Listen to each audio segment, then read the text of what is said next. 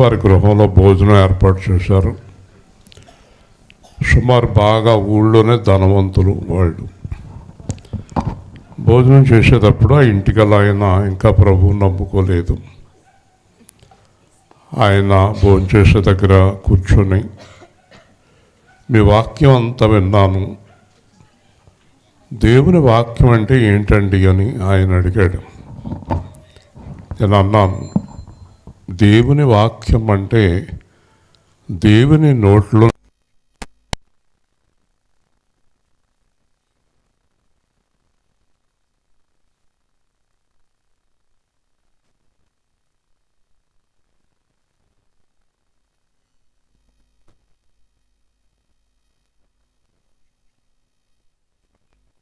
అన్నీ కూడా పరిశుద్ధాత్మ ద్వారా రాయబడిన మాటలు.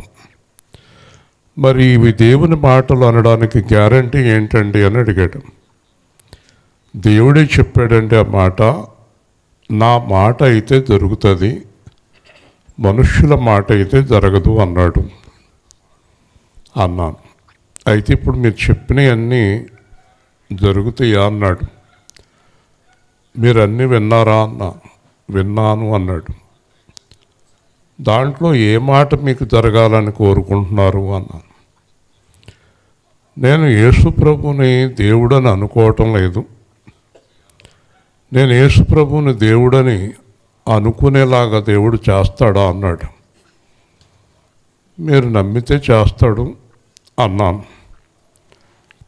2 సంవత్సరాల తర్వాత అదే గ్రామానికి నేను మళ్ళీ వాక్యం చెప్పడానికి వెళ్ళాను. ఆయన చాలా సంతోషంగా లోపలికి ఆహ్వానించాడు. మాట జరిగిందండి అన్నాడు. ఏమైందండి అన్నాను. రక్షణ పొందటమే కాకుండా ఒక 6 నెలల బైబిల్ ట్రైనింగ్ కూడా అయ్యాను అన్నాడు. గట్టిగా దేవుని స్తోత్రం. కాబట్టి దేవుని మాట అంటే జరుగుతుంది. దేవుని మాట అయితే జరిగి తీరుతుంది. కాకపోతే ఈరోజు మనకు వాక్యంలో చెప్తాడు, నమ్మాలి. యోహాను సువార్త 11వ అధ్యాయం, యోహాను సువార్త 11వ అధ్యాయం 39వ వచనము. యోహాను సువార్త 11:39. జాగ్రత్తగా శ్రద్ధగా. యేసు రాయి తీసివేయడని చెప్పగా చనిపోయిన వాని సహోదరి అయిన మార్త, ప్రభువా, అతడు చనిపోయి 4 దినములైనది కనుక ఇప్పటికి వాసన కొట్టునని ఆయనతో చెప్పాను. అందుకు యేసు, నీవు నమ్మినెడల దేవుని మహిమను చూతువని నేను నీతో చెప్పలేదా అని ఆమెతో అనెను. అంతటా వారు ఆ రాయి తీసివేసిరి. యేసు కన్నులు పైకెత్తి, తండ్రి, నీవు నా మనవి వినినందున నీకు కృతజ్ఞతాస్తుతులు చెల్లించుచున్నాను. నీవు ఎల్లప్పుడూ నా మనవి వినుచున్నావని నేను ఎరుగుదును గాని నీవు నన్ను పంపితివని చుట్టూ నిలిచి ఉన్న ఈ జనసమూహం నమ్మునట్లు వారి నిమిత్తమై ఈ మాట చెప్పి తినెను. ఆయన అలాగూ చెప్పి, లాజరు బయటికి రమ్మని బిగ్గరగా చెప్పగా చనిపోయిన వాడు కాళ్ళు చేతులు ప్రేతవస్త్రము కట్టబడిన వాడై వెలుపలికి వచ్చెను. అతని ముఖమునకు రుమాలు కట్టియుండెను. అంతటా యేసు, మీరు అతని కట్లు విప్పి పోనీయుడని వారితో చెప్పెను. దేవునికి గట్టిగా స్తోత్రం. హల్లెలూయా. ఈ క్లుప్తంగా దేవుని మాటలు మనం విందాం. లాజరు అనే పేరు గల వ్యక్తి, అతనికి 2 అక్కలు, మార్తా, మరియా. ఈ ముగ్గురిని కూడా దేవుడు చాలా ప్రేమించాడు. వాళ్ళకి తల్లిదండ్రులు లేరు. అక్కలు తమ్ముడిని చాలా గారాబంగా చూసుకుంటున్నారు. అలాంటి పరిస్థితుల్లో యేసు ప్రభు వారి ఇంటికి వచ్చాడు, భోజనం చేశాడు, ప్రార్థించాడు, వెళ్ళాడు. వెళ్ళిన కొద్ది రోజులకి మా తమ్ముడికి అనారోగ్యంగా ఉంది అని మనిషిని పంపించింది మరియా. అయితే యేసు ప్రభు అక్కడే ఉన్నారు. తర్వాత మరలా 2 రోజులకి చనిపోయాడు అని కబురు పంపించింది. యేసు ప్రభు దగ్గరికి వచ్చిన వారు లాజరు చనిపోయాడు అన్నారు. జాగ్రత్తగా మనం మాట్లాడాలి. ఏ మాట అయినప్పటికీ కూడా చాలా జాగ్రత్తగా మాట్లాడాలి. మనం నోరు కాసుకోకుండా మాట్లాడుతూ ఉంటాం. చనిపోయాడు అన్న వెంటనే యేసు అన్నాడు, చనిపోలేదు, నిద్రపోతున్నాడు అన్నాడు. హల్లెలూయా. కాబట్టి మనం యేసు ప్రభువుని నమ్ముకున్న వారు ఎవరైనా చనిపోయారు అనకూడదు, నిద్రిస్తున్నారు అనాలి. ఎందుకంటే ఈ ప్రపంచంలో ఎవరికి లేని ధన్యత యేసుని నమ్మిన వారికి ఉంది. యేసుని నమ్మిన వారు నిద్రించిన తర్వాత యేసు మధ్యాకాశానికి వచ్చినప్పుడు వారిని లేపి తనతో వెంట పెట్టుకుని వస్తాడు. హల్లెలూయా. కాబట్టి ఇప్పుడు యేసుక్రీస్తునందు ఉన్న వారికి శిక్ష లేదు, మరణ శిక్ష లేదు. చాలా శ్రద్ధగా మనం దేవుడి మాటలు వినాలి. యేసుని ఎందుకు నమ్ముకోవాలి? యేసుని ఎందుకు నమ్ముకోవాలంటే అప్పులు తీరటానికి కాదు, పెళ్ళిళ్ళు అవ్వటానికి కాదు, పిల్లల కోసం కాదు, నడువు నొప్పి కోసం కాదు, తలనొప్పి కోసం కాదు, ఇళ్ళు స్థలాలు పొలాల కోసం కాదు, పిల్లల కోసం కాదు. యేసుని ఎందుకు నమ్ముకోవాలంటే నిత్య జీవం పొందటానికి నమ్ముకోవాలి. హల్లెలూయా. ఎందుకంటే ఒక్కసారి మీరు ఆలోచించండి, నిత్య జీవం కన్నా విలువైనది ఏదైనా ఉందా? ఏది లేదు. యేసు ప్రభువు అన్నాడు, ఒకడు లోకమంతా సంపాదించుకొని చనిపోయిన తర్వాత ఏమి ప్రయోజనము? కొన్ని లక్షల కోట్లు సంపాదించాడు, చనిపోయాడు, ఇంకా ప్రాణం తిరిగి రాదు. కాబట్టి యేసు ప్రభు ఈ లోకానికి వచ్చింది ఎందుకంటే చనిపోయిన తర్వాత తిరిగి లేపి శాశ్వతంగా జీవించే నిత్య జీవం ఇవ్వటానికి యేసు ఈ లోకానికి వచ్చాడు. హల్లెలూయా. కాబట్టి ఇప్పుడు ఉన్నటువంటి ఈ జీవితంలో మనకి అనారోగ్యాలు, బాధలు, కష్టాలు, శ్రమలు, ఇబ్బందులు, మోసాలు అన్నీ జరుగుతాయండి. ఇవన్నీ మనం ఫేస్ చేయాల్సిందే. ఏది తప్పించుకునే అవకాశం లేదండి. వింటున్నారా? కొంతమంది అనేవారు ఇదివరకు వాళ్ళకు వచ్చిన షుగరు నాకు రాలేదు అనేవారు. మరికొంతకాలానికి ఏమండి నాకు కూడా షుగర్ వచ్చింది. నాకు ఒక అమ్మాయి వచ్చింది ప్రార్థనకి, శుభ్రంగా అన్ని పళ్ళు అవి తెచ్చుకుని తినమ్మా అంటే, మీకు తెలియదండి నాకు షుగర్ వచ్చింది. కాబట్టి మనకి ఈ అనారోగ్యాలు, ఈ బాధలు, ఈ కష్టాలు, ఈ వంచనలు, ఈ మోసాలు, ఈ శ్రమలు అన్నీ కూడా ఈ లోకంలో, ఈ శరీరంలో ఉన్నంతకాలం తప్పదు. హల్లెలూయా. తప్పదు. ఎందుకంటే దైవజనులు కూడా అలాంటి కష్టాలు అనుభవించారు. ఎలీషా గారు గొప్ప దైవజనుడు, మరణకరమైన రోగము. హిజ్కియా గారికి క్యాన్సరు. పౌలు గారికి విపరీతమైన నడుము బాధ, కళ్ళు సరిగ్గా కనబడేవి కాదు. వింటున్నారా? యోహాను గారిని ఒక ట్యాంకులో వేసి కాల్చారు. ఆయనకి శరీరం అంతా కళ్ళు అన్నీ పోయినాయి, ఏమీ కనబడదు. వింటున్నారా? కాబట్టి యేసు ప్రభు ఏం చెప్పాడంటే, ఈ లోకములో మీకు శ్రమ కలుగును, నేను ఈ లోకమును జయించితిని. హల్లెలూయా. కాబట్టి శ్రమల కోసం దేవుడి దగ్గరికి రావద్దు, శ్రమలు తగ్గిపోతాయని రావద్దు, రోగాలు తగ్గిపోతాయని రావద్దు. ఈ మధ్యన చాలామంది సేవకులు మోసాలు చేస్తున్నారు. మా దగ్గరకు వస్తే రోగాలు తగ్గుతాయి, ఈ నూనె రాసుకుంటే రోగాలు తగ్గుతాయి, ఈ 7 వారాలు వస్తే రోగాలు తగ్గుతాయి. ఇదంతా మోసం అని మీరు తెలుసుకోవాలి. కాబట్టి ఇది ఆమోదయోగ్యమైంది కాదు. కాబట్టి యేసు ప్రభు దగ్గరికి ఎవరైనా ఎందుకు రావాలి అంటే మరణం తర్వాత ఉండే నిత్య జీవం కొరకు. హల్లెలూయా. చూసారా? కాబట్టి అసలు విషయాన్ని మరుగు చేసేసారు, లేనిపోని గొడవలన్నీ పట్టుకొచ్చి దాంట్లో పెట్టారు. డబ్బులు నొల్లుకోవటానికి, సంపాదించుకోవటానికి, అమాయకుల్ని బాధ పెడటానికి. ఒకతను హైదరాబాద్లో సేవకుడు ఒక అమ్మాయికి భయంకరమైన డయాలసిస్ జరుగుతున్న అమ్మాయిని చెప్పి తీసుకెళ్తే 4 రోజులు ఇక్కడ ఉండండి, పర్వాలేదు, నేను ప్రార్థన చేస్తాను అన్నాడు. డయాలసిస్ అవుతుందండి అంటే పర్వాలేదు అన్నాడు. 4వ రోజున ఆ పిల్ల చనిపోయింది. పోలీస్ కేసు పెట్టారు అతని మీద. చూసారా? కాబట్టి వైద్యులను దేవుడు అనుగ్రహించాడు. వైద్యానికి వెళ్ళాలి మనం.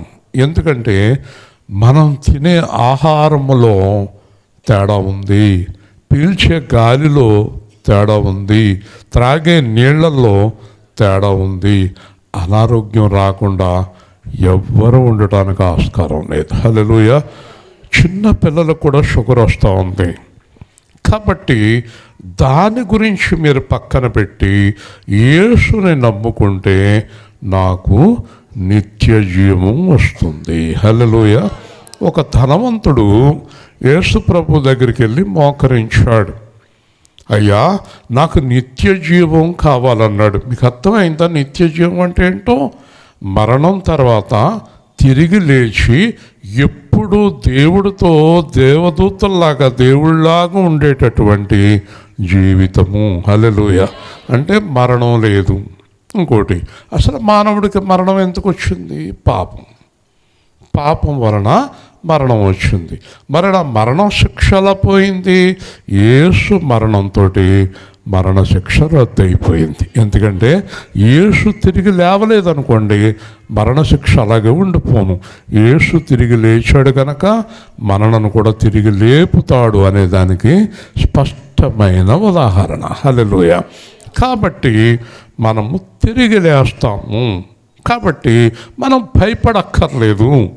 క్రైస్తవ నిరీక్షణలో బాధ వద్దు. మనకు బాగా కావలసిన వారు ఎవరైనా నిద్రించినా ఏడవద్దు, బాధపడొద్దు. ఒక్క విషయం గమనించండి, మనందరం మళ్ళీ అక్కడ కలుసుకుంటాము. హల్లెలూయా. చూసారా? ఇట్టి నిరీక్షణ కలిగి ఉండాలి అంటాడు. ఏమన్నాడు పౌలు ఒక చోట? ఇతరుల వలె దుఃఖపడకుండు నిమిత్తము మీకు తెలియజేస్తున్నాను, వాళ్ళు ఎవ్వరూ చనిపోలేదు, తిరిగి దేవుడితోటి వస్తున్నారు. హల్లెలూయా. ఇంకెందుకండి దుఃఖం? ఎవరు దుఃఖపడాలో తెలుసా? ఇద్దరు. మొదటివారు రక్షణ లేనివారు. ఎవరు దుఃఖపడాలి? రక్షణ. రెండోవారు ఎవరు? రక్షణ పాడు చేసుకున్నవారు. హల్లెలూయా. మొదటివారు ఎవరు? రక్షణ లేని. రెండోవారు ఎవరు? రక్షణ నిర్లక్ష్యం చేసిన వారు. అంటే దేవుడి దగ్గర ఏం మాట ఇచ్చి రక్షణ పొందామో అది తప్పేవారు. ఏం మాట ఇచ్చి రక్షణ పొందాం? చెప్పండి. పాపము చెయ్యమనే కదా మరి రక్షణ పొంది చేస్తలేదా? చెప్పమ్మా, చేస్తున్నారా లేదా? వాళ్ళే కదా ఎక్కువ ఉన్నారు ఇప్పుడు. పాస్టర్ల కాడి నుంచి అందరూ వాళ్ళే ఉన్నారు. దేవుని స్తోత్రం. మరి వాళ్ళు వెళ్తారు, అక్కడికి వెళ్తారా? వెళ్ళరు. అగ్నిగుండములో ఎవరున్నారో తెలుసా? అబద్ధ ప్రవక్త ఒకటి. అబద్ధ ప్రవక్త చెప్పండి. అంటే అబద్ధాలాడే పాస్టర్ గారు. ప్రవక్త అంటే మీకు అర్థం అవ్వదు. అబద్ధాలాడే పాస్టర్ గారు. రెండు అపవాది అంటే సాతాను. చెప్పండి. అపవాది. మూడెవరు?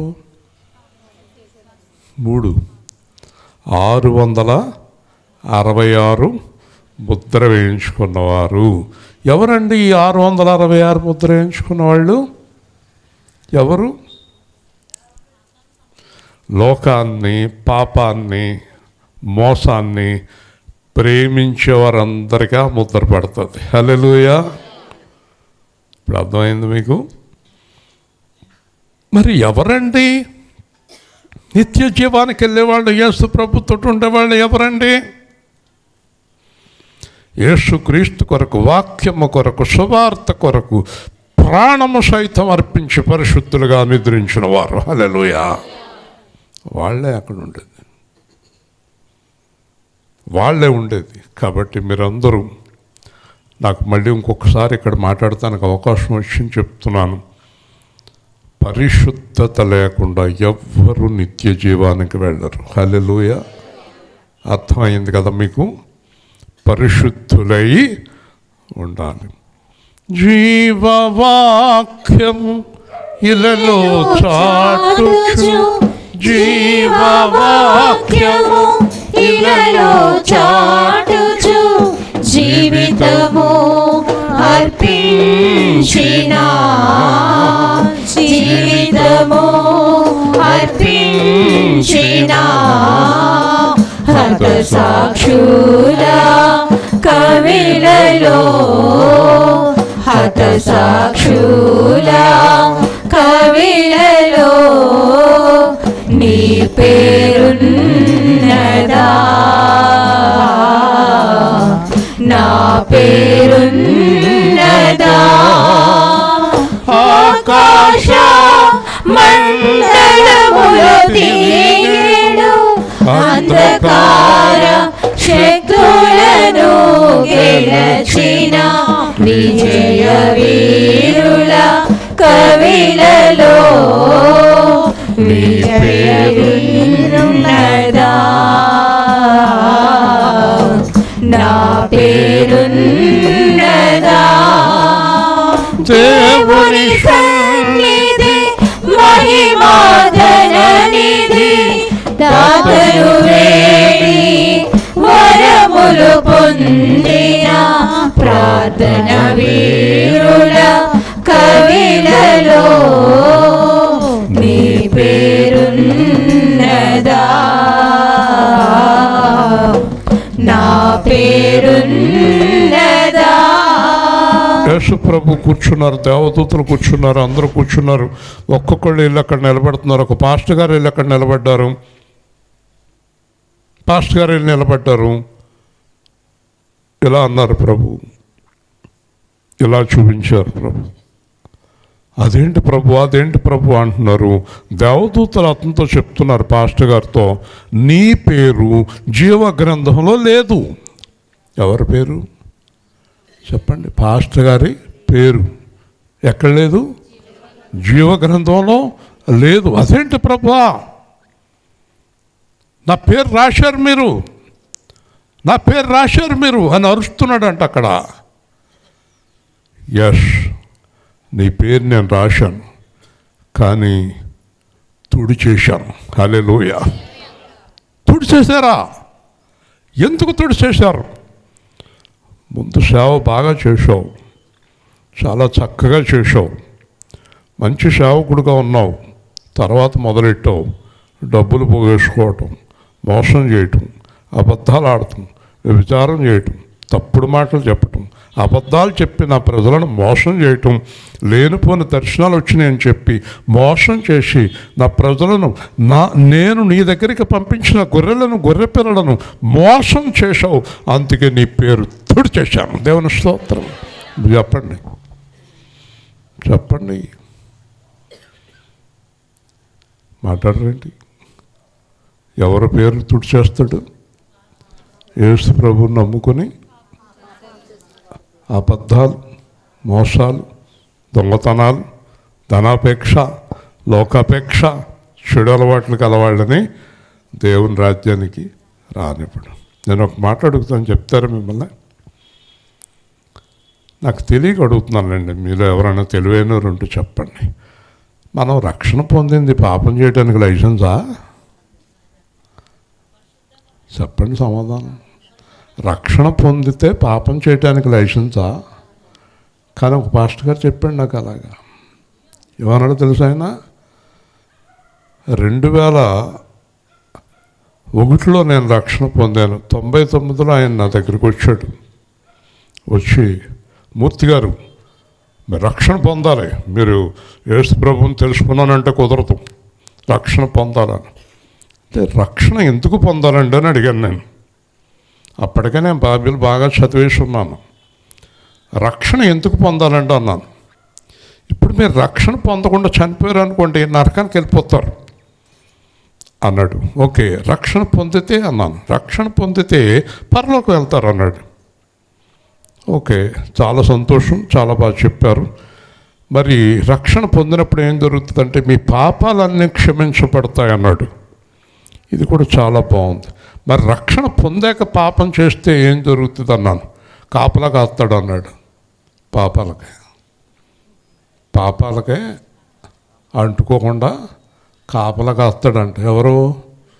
యేసు ప్రభు. రక్షణ పొందారు కనుక మన చుట్టూ కంచి వేసి మనకు కాపలా కాసి నువ్వేం చేసినా పర్లేదు అబ్బాయి, ఈ కాడి నుంచి నువ్వు నా బిడ్డవి, నువ్వు తాగినా తిరిగినా తప్పు చేసినా వ్యభిచారం చేసినా మోసం చేసినా కూడా నువ్వు నా బిడ్డవు కనుక నేను డైరెక్ట్గా తీసుకెళ్ళిపోతానని చెప్పాడు.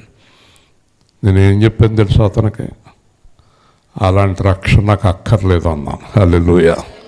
మరి అయితే ఏంటన్నాడు?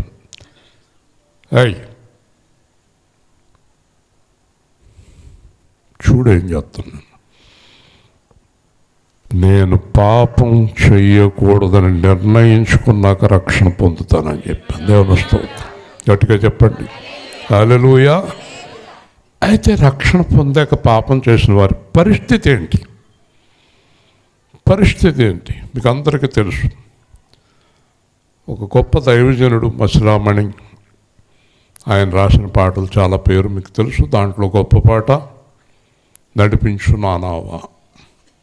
ఆయన రక్షణ పొందిన తర్వాత ఒక వ్యసనానికి బానిస అయ్యారు. అయిన తర్వాత ఒకరోజు విజయవాడలో సభలు జరుగుతున్నాయి. ఆ రోజు రాత్రి కూడా ఆయన కొంచెం తేడాగా ఉన్నాడు. అక్కడ ప్రభువు మాట్లాడారు అతనితోటి, కుమారుడా ఏంటిది, ఇంత గొప్పవాడివి, గొప్ప సేవకుడివి, గొప్ప గాయకుడివి, గొప్ప రచయితవి, ఏంటి పని? ఈరోజు నుంచి మానేయి, లేదా నరకానికి వెళ్తావు అని ఆయన హృదయంలో స్పందింపజేశాడు దేవుడు. వెంటనే నడిపించు నానావా అనే పాట రాశాడు. ఆ పాట రాసి ఆ రాత్రి ఆ సభలో పెట్టి ఆయన దగ్గరికి అర్ధరాత్రి వెళ్ళి తలుపు కొట్టాడు. ఇదేంటండి బాబు ఇప్పుడు వచ్చారు మీరంటే, దేవుడు నాకు ఒక పాట ఇచ్చాడు, రేపొద్దున సభలో నేను ఈ పాట పాడుతాను, అందరి దగ్గర ఈ పాట ఉండాలి, ఎన్ని వేల మంది దగ్గర ఉన్నా ఈ పాట దేవుడు రాయించాడు నా చేత అంటే ఆయన కూడా అమ్మో పాట గొప్పగా ఉందని తెల్లారి లోపల ప్రింట్లు తీయించేసి ఆ సభలో అందరికీ అవి పంచిపెట్టి ఈయన పాట పాడుతూ మొదలెట్టాక సభలో ఉన్న వాళ్ళందరూ దొల్లేస్తున్నారు. అందరి మీదకి పరిశుద్ధాత్మ వచ్చేసింది. అందరూ పాపాన్ని ఒప్పుకొని ఈ రోజు నుంచి పాపం చేయమని వాగ్దానాలు మొదలెట్టారు. హల్లెలూయా. రాత్రంతయు శ్రమ పడినా రాలేదు ప్రభు జయము, రహదారులు వెదకినను రాదాయను ప్రతిఫలము, రక్షించుని సిలువా రమణీయ లోతులలో రతనాలను వెదకుటలో రాజిల్లు నా పడవా నడిపించు నా నావా. ఒక్కొక్క చరణం శ్రద్ధగా వినండి. ఆయన ఏమేం చేశాడో చెప్తున్నాడు. ఆత్మార్పణ చేయకయే ఆశించితిని చెలిమి, అహమును ప్రేమించుచునే అరసిద్ధి ప్రభుని కలిమి, ఆశా నిరాశాయే ఆవేదనెదురాయే ఆధ్యాత్మికలేమిగని అల్లాడే నావలలు నడిపించు నా నావా. ఏం చేశాడు చూడండి. పాట ఎప్పుడైనా అర్థం చేసుకుని పాడతారా? కొట్టుకుంటే పాడితే అప్పట్లో కొట్టుకుని వెళ్ళిపోతారా? ప్రతి పాట అర్థం చేసుకుని పాడాలి. ఏం చేశాడట? ప్రభు మార్గము విరచితిని, ప్రార్థించుట మానితిని, ప్రభు వాక్యము వదలితిని, పరమార్థము మరచితిని. పంచనటనలలో ప్రావీణ్యమును పొంది, ఫలహీనుడనై ఎప్పుడు పాటించు నీ మాట, నడిపించు నా నావా. చివరగా ఏ నిర్ణయానికి వచ్చాడో అది ఈ నిర్ణయానికి రోజు మీరు రండి. మీలో ఎవరైనా మార్గం తప్పిన వారు ఉంటే గనక, లేకపోతే సంతోషమే. చివరగా ఏమంటాడో చూడండి. ప్రభు యేసుని శిష్యుడనై, ప్రభు ప్రేమలో పాదుకొని, ప్రకటింతును లోకములో పరిశుద్ధుని ప్రేమ కదా. పరమాత్మ ప్రోక్షణతో పరిపూర్ణ సమర్పణతో ప్రాణమును ప్రభు కొరకై ప్రాణార్పణము చేతు. అర్థమైందా? వేషధారులు వలె ఉండకూడదు. ఉంటే యేసులాగా ఉండాలి, లేకపోతే విడిచిపెట్టాలి. ఎందుకు నమ్ముకున్నాం మనం? నేనే ఉన్నాను, ప్రపంచమంతా తిరిగి వచ్చాను, అన్నీ వదిలేను, యేసు దగ్గరికి వచ్చాను. మళ్ళీ ఆగవాలి ఎందుకు మనకి? ఇంకెందుకంటే గొడవ? ఇదివరకు ఈర్ష్య, ద్వేషం, అసూయల, కక్షలు, కొట్లాట్లు, దెబ్బలాట్లు, డబ్బులు పిచ్చ, మనుషులు పిచ్చ, రకరకాల పిచ్చలు, అవన్నీ వదిలి యేసు దగ్గరికి వచ్చాక మళ్ళీ ఆ పిచ్చ ఎందుకండి మనకి? ఉండకూడదు కదండి. దేవుని స్తోత్రం. మారు మనసు అంటే అదే. ఆ పాట రాశాక అద్భుతంగా దేవుడు ఆశీర్వదించాడు. కాబట్టి మనం లోకంతో పరలోకంతో స్నేహం చేయజాలము. కాబట్టి లాజరు నిద్రించాడు అన్నాడు. తర్వాత 4 రోజులు ఆగి యేసుప్రభు వచ్చాడు. ఎన్ని రోజులు ఆగాడు? 4 రోజులు. నిద్రించాక 4 రోజులకు వచ్చాడు. ఇది మీరు గమనించాలి. ఈ 4 రోజులకి చాలా అర్థం ఉంది. అయితే ఇప్పుడు మనకి సంఘాల్లో అయితే గంటల తరబడి చెప్పుకుంటాం, బయట కదా క్లుప్తంగా చెప్తాను. 4 రోజుల తర్వాత అనే దానికి అర్థం ఏంటంటే, మన జీవితంలో కష్టాలు, శ్రమలు, ఇబ్బందులు, ఇరుకులు, అవమానాలు, అప్పులు, చాలా సమస్యలు ఉన్నప్పుడు, దేవుడి దగ్గర మనం ఏడుస్తున్నప్పుడు మర్చిపోకండి. దేవుడి దగ్గర మనం ఏడుస్తున్నప్పుడు మర్చిపోకండి, మనల్ని దేవుడు జ్ఞాపకం చేసుకుంటున్నాడు. హల్లెలూయా. కాకపోతే మన దగ్గరికి 2 రోజులు, 3 రోజులు, 4 రోజులు ఆగి వస్తాడు. 3 రోజులు, 4 రోజులు, 2 రోజులు అంటే ఒకరి జీవితంలో 2 సంవత్సరాలు కావచ్చు, 4 సంవత్సరాలు కావచ్చు, 8 సంవత్సరాలు కావచ్చు, 15 సంవత్సరాలు కావచ్చు. కానీ వస్తానన్న యేసు రాక మానడు, ఇస్తానన్నది ఇవ్వక మానడు. హల్లెలూయా. కాకపోతే మనకేముండాలి? నిరీక్షణ. అందరినీ నమ్ముతాం, యేసు నమ్మం మనం కదా. వస్తానన్నవాడు ఎప్పటికీ రాకపోయినా వస్తాడా అని చూస్తాం. మరి యేసుని నమ్మొచ్చు కదా. యేసు వస్తాను అంటే వస్తాడు, రానంటే రాడు. వస్తాను కాబట్టి ఇక్కడికి వచ్చాడు. వచ్చిన తర్వాత సమాధి దగ్గరికి వచ్చాడు. ఇప్పుడు మనం చదివాం కదా వాక్యము. సమాధి దగ్గరికి వచ్చి రాయి తీయండి అన్నాడు. ఏం తీయమన్నాడు? రాయి తీయండి అన్నాడు. రాయి తీయండి అన్నప్పుడు మరియ మౌనంగా ఉంది. కానీ మార్త అంటది, అదేంటి ప్రభువా, నువ్వు ఎంత గొప్ప దేవుడు అయినప్పటికీ కూడా, ఎంత గొప్పవాడైనప్పటికీ కూడా చనిపోయి 4 రోజులైంది, వాసన వస్తాడు. చెప్పండి, గట్టిగా చెప్పాలి, చాలా గట్టిగా చెప్పాలి, ఇంకా గట్టిగా చెప్పాలి. ఇప్పుడు మీరు మీ అనుభవాలు చెప్తాను నేను, మీ అనుభవాలు. యేసు ప్రభు అమ్మా మా కార్యం చేస్తాడమ్మా.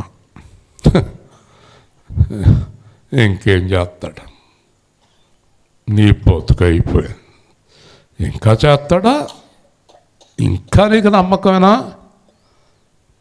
అంటారు. ఈ అనేవారిలో ఆశ్చర్యకరమైన విషయం ఏంటంటే పాస్టర్లు కూడా ఉన్నారు. దేవుని స్తోత్రం.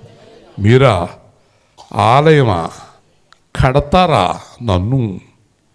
ఇంకొక ఆయన మీరా వివాహమా చేస్తారా?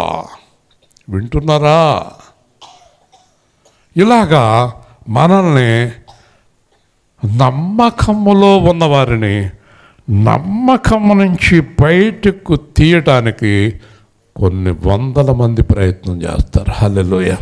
అదేంటి, ఎందుకు నమ్ముకున్నావు, ఏమి ఎదురు చూస్తున్నావు, ఇంక నీ పని అవ్వదు. చూసారా, మనల్ని నిరుత్సాహపరచడానికి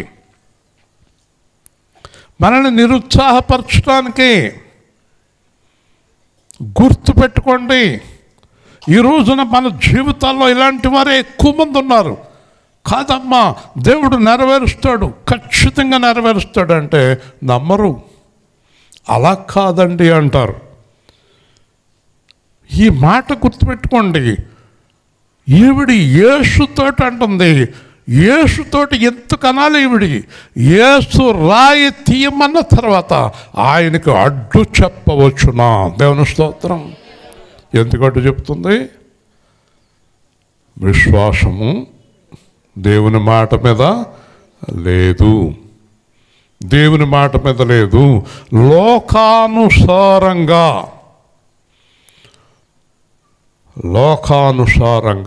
ఒకరోజు బెంగళూరులో నేను, ఒక పాత స్నేహితుడు, అతని కారులో వెళుతున్నాం. నేను కారు చాలా వేగంగా నడుపుతున్నాను. అతను నాతో అన్నాడు, మీరు కారు అంత వేగంగా నడుపుతున్నారు ఏంటన్నాడు.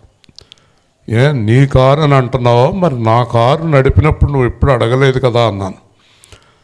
ఆ రోజులు వెళ్ళిపోయినాయి, ఇది నా కారు అన్నాడు. ఓహో అలాగా అని చెప్పి ఆ రోజే సాయంత్రం నేను బయలుదేరి వచ్చేసాను. తర్వాత కొంతకాలానికి అతనితో చెప్పాను, ఇదివరకటి కన్నా ఖరీదైన కారు దేవుడు నాకు ఇచ్చాడు అని, మిమ్మల్ని ఎక్కించుకుంటాను, బెంగళూరు వస్తానన్నాను. కానీ పాపం ఈ లోపల అతను చనిపోయాడు. దేవుని స్తోత్రం. గట్టిగా చూసారా, మనుషులు ఏం మాట్లాడతారు,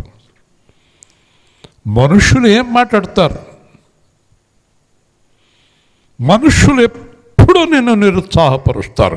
ఈరోజు రాత్రి యేసు ప్రభు నమ్ముకున్న వారందరికీ ఒక మాట చెప్తున్నాను, మీ నమ్మిక ఎప్పుడు మిమ్మల్ని సిగ్గుపరచదు. హల్లెలూయా. గట్టిగా చెప్పాలి. మీరు నమ్మినప్పుడు సిగ్గుపడటం అనేది జరగదు మీ జీవితంలో, జరగదు. పూర్తిగా నమ్మేయండి, సంపూర్ణంగా నమ్మేయండి, పరిపూర్ణంగా నమ్మేయండి, మనస్ఫూర్తిగా నమ్మేయండి. పెనుమంచులు వెళ్తున్నాను ఒకరోజు 4 సంవత్సరాల కిందట. వర్షం వస్తుంది, వ్యాన్ బయటికి చేయి పెట్టాను, ప్రభు వర్షం వస్తుంది, పైన తడిసిపోతున్నాను. నేనేమో డ్రైవింగ్ సీట్లో కూర్చున్నాను. చాలా బాధగా ఉంది నాకు, వాళ్ళు తడిసిపోతున్నారు, బాధగా ఉంది, తడిసిపోతున్నారు. డ్రైవర్ అన్నాడు, చెయ్యి లోపలికి పెట్టకండి, ఏదన్నా తగులుతుందని. నేను పెట్టిన చెయ్యి లోపలికే, ఏది తగిలినా పర్లేదు, చెయ్యి ఇలా పెట్టి ప్రార్థన చేస్తూ వచ్చాను వేలుపూర్ వరకు. ఒక్క 4 నెలలకి బస్సు ఇచ్చేశాడు. హల్లెలూయా చెప్పు. ఇంకా వానలో తడం.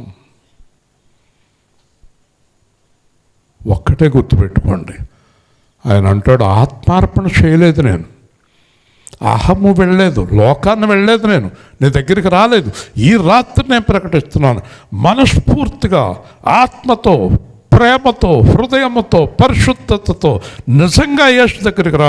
చెయ్యకపోతే నేను ఈ షా వదిలేస్తాను. Hallelujah. Yes, he will do miracles. అద్భుతాలు చేసేటటువంటి దేవుడు. నువ్వు అటు ఇటు అటు ఇటు అటు ఇటు ఊగుతున్నావు నువ్వు, అందుకే నీ కార్యాలు జరగవు. సంపూర్ణంగా దేవుడి మీద ఆధారపడాలి. అలాగ ఆధారపడి చూడు, నీ కార్యాలు అద్భుతంగా జరుగుతాయి. అప్పుడు అన్నాడు ఒక మాట, నీవు నమ్మిన ఎడల దేవుని మహిమ చూతువు. హల్లెలూయా చెప్పండి. ఏమంటున్నాడండి? చెప్పాలందరూ. నమ్మితే దేవుని మహిమ చూస్తావు. చెప్పండి అందరూ. ఏమని నమ్మాలి? చెప్పమ్మా, ఏమని నమ్మాలి? నమ్ముతావమ్మా నువ్వు? నిన్నే అడుగుతున్నాను, నిన్నే. ఏమని నమ్మాలి? మీరెవరో నమ్మరు అక్కడ జరిగిన సంఘటన. ఏమని నమ్మాలి బేబీ గారు? చనిపోయిన వ్యక్తి లెగుతాడని నమ్మాలి. ఎక్కడ నమ్ముతామండి? చాలా కష్టమే అది, అవునా కాదా? ఏమని నమ్మాలి? నమ్మితే మహిమను. ఎలా నమ్ముతారండి? 4 రోజులు అయింది, సమాధిలో ఉన్న చనిపోయిన వ్యక్తి లెగుతాడంటాడేంటి? ఎలా నమ్మాలి? ఎండిన ఎముకలన్నీయు తిరిగి జీవింపచేయుమయా.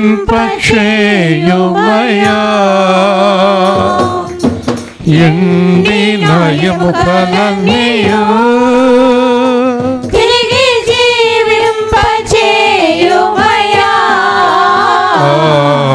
జీవనదిని నా హృదయములో ప్రవహింపచేయుమయా. శరీర క్రియలన్నీయు నాలో నశింపచేయుమయా. శరీర క్రియలన్నీయు నాలో నశింపచేయుమయా.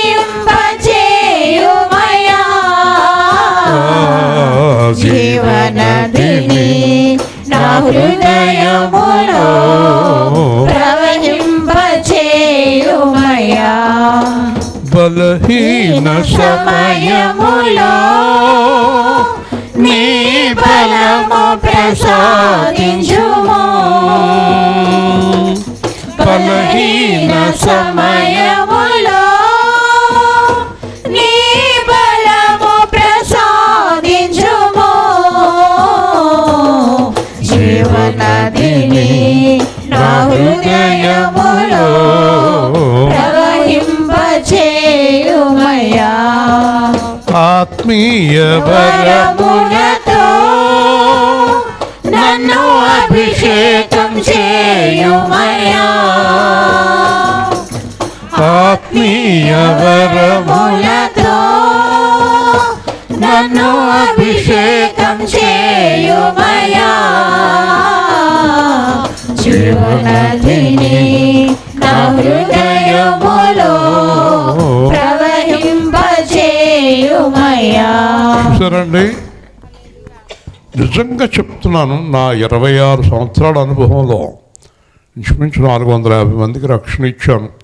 కొన్ని వేల మందికి వాక్యం ప్రకటించాను. ఇప్పుడు చూడండి, ఆ వాట్సాప్లో అనేక దేశాల నుంచి నా వాక్యం వినేవాళ్ళు ఉన్నారు. ఎంతమందిని చూశాను, కానీ ఎక్కడ దెబ్బతింటున్నారంటే పూర్తిగా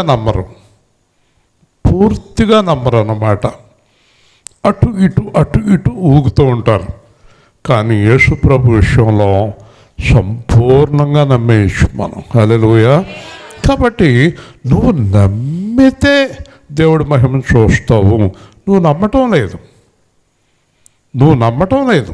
చనిపోయాడు అంటున్నావు. ఎలా జరుగుతుంది అంటున్నావు? ఎలా జరుగుతుంది అంటున్నావు? మా మా మా కుటుంబంలో ఇది ఎలా జరుగుతుంది అనుకుంటున్నావు? మాకు ఇవన్నీ ఎక్కడి నుంచి వస్తాయి అనుకుంటున్నావు? మేము ఎలా కడతాం అనుకుంటున్నావు? మేము ఎలా చేస్తాం అనుకుంటున్నావు? మాకు ఎలా జరుగుతుంది అనుకుంటున్నావు? నా పరిస్థితి ఎలా ఉంది, ఎలా జరుగుతుందని అనుకుంటున్నావు.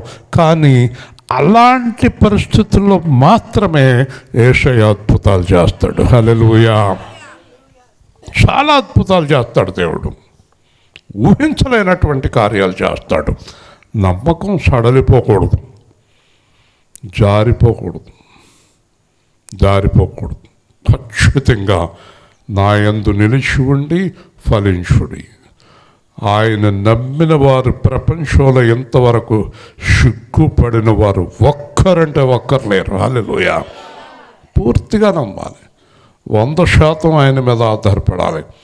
కానీ అక్కడ ఒక నమ్మకంగా ఉన్న వ్యక్తి ఒక ఆవిడ ఉంది. ఆవిడ పేరు మరియా. మార్తకేమో సందేహం, మరీకి సంపూర్ణ నమ్మకం. మరీకి మాత్రం యేసు ప్రభు అనుకుంటే మా తమ్ముడు లేస్తాడు. మీలో ఈరోజు నేను ముగించే ముందు ఎంతమంది అయితే మా జీవితాలు తిరిగి దేవుడు కడతాడని మీరు నమ్ముతున్నారో వారి జీవితాలన్నీ కట్టబడునుగాక. హల్లెలూయా. ఖచ్చితంగా కడతాడు, అద్భుతంగా కడతాడు, ఆశ్చర్యకరంగా కడతాడు. నమ్మండి. దైవ కుమారుడని, దేవుడని, యేసుక్రీస్తు ప్రభు అని, ఏదైనా చేయగలడని మీరు సంపూర్ణంగా నమ్మండి అంతే. అసలు మళ్ళీ మీరు నమ్మిన వెంటనే మీకు అపనమ్మకం వచ్చేటట్టు చేస్తాడు సాతాను. మీ ఇంట్లో వాళ్ళు, బయట వాళ్ళు వెంటనే మీకు అపనమ్మకం వచ్చేటట్టు చేస్తారు. కానీ యేసు ప్రభుని నమ్మితే ఆయన కార్యం చేసి తీరుతాడు. హల్లెలూయా. కాబట్టి ఆయన ఇంకా ఆవిడతో ఆ మాట మానేసి కన్నుల పైకెత్తి ప్రార్థన మొదలెట్టాడు. తండ్రి, నీవు నా మనం విన్నందున కృతజ్ఞతాస్తుతులు చెల్లించున్నాను. అప్పుడు తెలిసిపోయింది ఆయనకి. ప్రార్థన ఏమని చేస్తున్నాడు తెలుసా? ప్రభువా వింటావా అంటలేదు, వినేశావు అంటున్నాడు. హల్లెలూయా. అంటే మన కార్యం ఏమని అనుకోవాలి? మనం జరిగిపోయింది అనుకోవాలి. వింటున్నారా? ఒక అమ్మాయి ప్రార్థన చేయమంటుంది. వాళ్ళ అమ్మగారు, అయ్యా మా అమ్మాయికి గర్భం రావటం లేదు, ప్రార్థించండి అంటుంది. మీ అమ్మాయి పిల్లోడిని ఎత్తుకొస్తాడు అన్నాను నేను. పిల్లోడిని ఎత్తుకుని వస్తుంది, నువ్వు ఆడిద్దిగానే అన్నాను. ఎలాగా అంది. అందుకే జరుగుతులేదు అంది అన్నాను. ఎలాగంటావేంటి? జరుగుతుంది అని నమ్ము. హల్లెలూయా చెప్పండి. ఏమని నమ్మాలి? పిల్లోడిని ఎత్తుకుంటానంటే ఎత్తుకుంటావు అంతే. నువ్వు నమ్ము ఏదైనా సరే. అయితే విపరీతమైన కోరికలు కాదు, న్యాయమైన కోరికలు దేవుణ్ణి అడిగినప్పుడు తప్పకుండా చేస్తాడు. ఇక్కడ ఒక అమ్మాయికి 14 సంవత్సరాల తర్వాత ఇచ్చాడు పిల్లోడిని. వాళ్ళిద్దరికీ, భార్యాభర్తలిద్దరికీ మొత్తం డాక్టర్లు అందరూ మీకు ఇంకా గర్భము రాదు, వెళ్ళిపోండి. వాళ్ళు తిరుగుతూ మానేశాక ఇచ్చాడు ఆయన. హల్లెలూయా. తిరుగుతూ మానేశాక ఇచ్చాడు. అసలు అది ఎలా జరిగిందనేది ఆయనకి తప్ప వాళ్ళకు కూడా తెలియదు. అర్థమైందా? కాబట్టి దేవుడు ప్రార్థన చేస్తూ ఆయన అంటున్నాడు, నీవు ఎల్లప్పుడూ నా మనం వినుచున్నావు అని ఎరుగుతును, కానీ ఈ చుట్టూ ఉన్న వాళ్ళ గురించే నేను ప్రార్థన చేస్తున్నాను. చూసారా? నీకు నాకు ఉన్న సంబంధం నాకు తెలుసు. అంటే యేసు ప్రభు, ముగించే ముందు చెప్తాను, యేసు ప్రభు గనక మన గురించి మర్చిపోకండి. యేసు ప్రభు మన గురించి దేవుణ్ణి ఏదడిగినా దేవుడు వెంటనే చేసేస్తాడు. గట్టిగా చెప్పాలి. హల్లెలూయా. వెంటనే చేసేస్తాడు, ఆలస్యం చేయడు. కానీ యేసు ప్రభు అడగాలి. ఎవరిని? దేవుణ్ణి. ఎప్పుడు అడుగుతాడు? నువ్వు పూర్తిగా యేసుని నమ్మితే. హల్లెలూయా. నువ్వు పూర్తిగా యేసుని నమ్మితే యేసు దేవుడితో మాట్లాడతాడు. అయిపోయింది నీ కార్యం. నీ కార్యం అయిపోయింది. సారాతో అన్నాడు, మీదటికి సమయం మందొత్తును నీకు కుమారుడు కలుగుతాడు అన్నాడు. 90వ ఏట నవ్వింది. ముసల్దాన్ని ముసలోడు పిల్లోడా అని ఎక్కడ అనుకుంది? లోపల షారా నవ్వనేలా ముసల్దాన్ని అయిపోయాను, ముసలోడు అయిపోయాను. అయిపోయి ఎలా తెలిసిపోయింది? యెహోవాకు అసాధ్యమైనది కలదా అన్నాడు. హల్లెలూయా. కాబట్టి లోపం ఎక్కడుందో ఈ రాత్రి మీకు తెలిసిపోయింది. కార్యం జరగకపోవడానికి లోపం ఎక్కడుంది? మాట్లాడరేంటి? నమ్మకంలో లోపం కదా. జేబులో ఉన్న డబ్బును నమ్ముతాం, బ్యాంకులో ఉన్న డబ్బును నమ్ముతాం, స్థలాన్ని నమ్ముతాం, ఇల్లును నమ్ముతాం, మొగుడిని నమ్ముతాం, పిల్లల్ని నమ్ముతాం, అన్నీ నమ్ముతాం, బంగారాన్ని కూడా నమ్ముతాం, యేసుని నమ్మం మనం. హల్లెలూయా కదా. యేసుని నమ్మితే ఏమీ లేకపోయినా దేవుడు అద్భుతమైన కార్యము చేస్తాడు. చివరిగా అప్పుడు అంటున్నాడు, లాజరు బయటికి రమ్మని బిగ్గరగా అరిచెను. ఏమన్నాడు? చెప్పాలి. లాజరు అన్నాడు. చెప్పాలి గట్టిగా. అక్కడంట కొన్ని వేల సమాధులు ఉన్నాయంట. పెద్ద పెద్ద దైవజనులు చెప్తారు ఈ మాట. ఒకవేళ రండి అంటే ఎవరిని రమ్మంటున్నారో తెలియక అందరూ వచ్చేస్తారు. కాబట్టి లాజరు అన్నాడు. హల్లెలూయా. అర్థమైందా మీకు?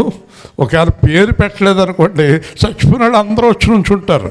మహాశక్తిమంతుడు. హల్లెలూయా. ఆయన మాటలోనే జీవం ఉందే. లాజరు అన్నాడు. లాజరు వచ్చేసాడు. కానీ మరి చనిపోయిన తర్వాత మీకు అందరికీ తెలుసు కదా, ఏం చేస్తాం మనం? గొడ్లు చుట్టేస్తాం, అవి చుట్టేస్తాం, ఈ చుట్టేస్తాం, సెంటు వేసేస్తాం, దండలు వేసేస్తాం. మనోళ్ళు బయలుదేరతారు, మేకులు సుత్తి పట్టుకుని వేసేయమంటారా అంటారు. గొప్ప పని. అసలు ఆ పని ఎవరైనా చేయగలుగుతారేంటి? టప కొట్టేస్తారు, పెట్టట్టుకుని వెళ్ళిపోతారు. అంతే కదా. ఇప్పుడు మనోడు పరిస్థితి అంతే. మొత్తం చుట్టేశారు, గొడ్ల అన్నీ చుట్టేశారు. మనోడు అలాగే వచ్చేసాడు. కళ్ళకు కూడా గొడ్లు చుట్టేసి ఉంటే కాళ్ళు చేతులు ప్రేత వస్త్రములతో కట్టబడిన వాడై వెలుపలకు వచ్చెను. అతని ముఖములకు రుమాలు ఉండెను. అంతటా యేసు అతని కట్లు విప్పండి అన్నాడు. హల్లెలూయా. చెప్పాలి గట్టిగా. అతని కట్లు విప్పి పంపించేయండి. దీనికి అర్థం ఏంటి తెలుసా? నా కొరకు గాడిద కట్టబడి ఉంది, తీసుకురండి. నెంబర్ 1, కట్లు విప్పి నా కొరకు గాడిద కట్టబడి ఉంది, తీసుకురండి. నెంబర్ 2, 18 ఏళ్ల నుంచి ఈవిడ సాతాను కట్టేసింది, ఈ కట్లు విప్పుతున్నాను. నెంబర్ 3, 430 సంవత్సరాలు ఇశ్రాయేలు జనాంగానికి కట్లు ఇప్పేశాడు. నెంబర్ 4, ఇక్కడ రక్షణ పొందిన వారందరూ కూడా కట్లలో నుంచి దేవుడు తెంపేశాడు. హల్లెలూయా. ఆ కట్లు ఎవరేశారు? మన కట్లు ఎవరేశారు? సాతాను. మరణం. సాతాను మనకు మరణం తీసుకొచ్చింది. కాబట్టి యేసు ప్రభు కట్లు తెంపటానికి వచ్చాడు. దెయ్యాలేసిన కట్లు, మనుషులేసిన కట్లు, లోకమేసిన కట్లు తెంపటానికి వచ్చాడు యేసయ్య. హల్లెలూయా. తీసేయండి. హాయిగా వెళ్ళనివ్వండి. అతన్ని హాయిగా వెళ్ళనివ్వండి. ఆ చుట్టూ ఉన్న జనం ఆశ్చర్యపోతున్నారు. ఏంటిది అన్నాడు. దానికి అర్థం ఇక్కడ 25వ వచనంలో ఉంది. అది చదివి మనం ప్రార్థన చేసుకుందాం. 25వ వచనం చదవండి. అందుకు యేసు పునరుత్థానమును జీవమును నేనే, నా యందు విశ్వాసం ఉంచువాడు చనిపోయినను బ్రతుకును, బ్రతికి నా యందు విశ్వాసం ప్రతివాడును ఎన్నటికీ చనిపోడు. హల్లెలూయా. నేనే మరణము, నేనే జీవము, నేనే పునరుత్థానం, అన్నీ నేనే. అసలు మిమ్మల్ని చేసింది నేను, మీ లోపల ఊపిరి ఊదింది నేను, ఇంతకాలం ఈ లోకంలో ఉండాలని నిర్ణయించింది నేను. ఈరోజు నమ్మండి, పూర్తిగా ఆయన మీద ఆధారపడండి, ఆయనతో కలిసి నడవండి. మర్చిపోకండి, ముగ్గురు గురించి చెప్పాను మీకు నేను. అగ్నిగుండానికి వెళ్ళేవాళ్ళు ముగ్గురు. మొదటివాడు అబద్ధపు పాస్టరు, సంఘాన్ని మోసం చేసేవాడు, అతను మోసాలు చేసేవాడు. 2 అపవాది, మనలందరినీ మోసం చేస్తున్నవాడు అగ్నిగుండంలో. 3 666 ముద్ర వేయించుకున్నవాడు. 666 ముద్ర వేయించుకున్నవాడు ఎవరంటే యేసు ప్రభువును నమ్ముకొని సాతాను జీవితములో ఉన్నవాడు. హల్లెలూయా. అతడు ఎవరు నమ్ముకున్నాడు? యేసు ప్రభువును నమ్ముకున్నాడు, కానీ ఎవరిని ఇష్టపడుతున్నాడు?